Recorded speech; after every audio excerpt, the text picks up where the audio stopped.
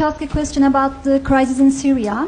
I'm from Turkey, and as everybody knows, Turkey is hosting nearly 2,500,000 Syrian refugees. Saudi Arabia isn't accepting refugees, and it isn't doing enough for refugees as a rich country. Saudi Arabia has issued more than 2.5 million visas to Syrian refugees since the crisis began. We put out a statement.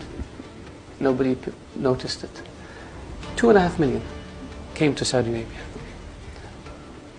I think 600,000 or 700,000 still remain in Saudi Arabia. Not one of them lives in a refugee camp. And not one of them lives in a tent. Because the custodian of the two holy mosques ordered that all Syrians who come to Saudi Arabia be provided residency permits so they can send their kids to school, so they can have access to medical care, and they can have access to social security, and they can get a job. We don't have one Syrian. All the Syrians who came to Saudi Arabia, 2.4 million, not one of them lives in it. And the same thing we did with Yemenis. Since the war in Yemen began, almost 1 million Yemenis came to Saudi Arabia as refugees. And the same policy was applied to Yemenis.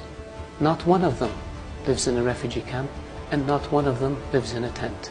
And we don't brag about it, and we don't put TV cameras in front of them, because that, to us, is what our culture is all about. These people came because their homes were devastated.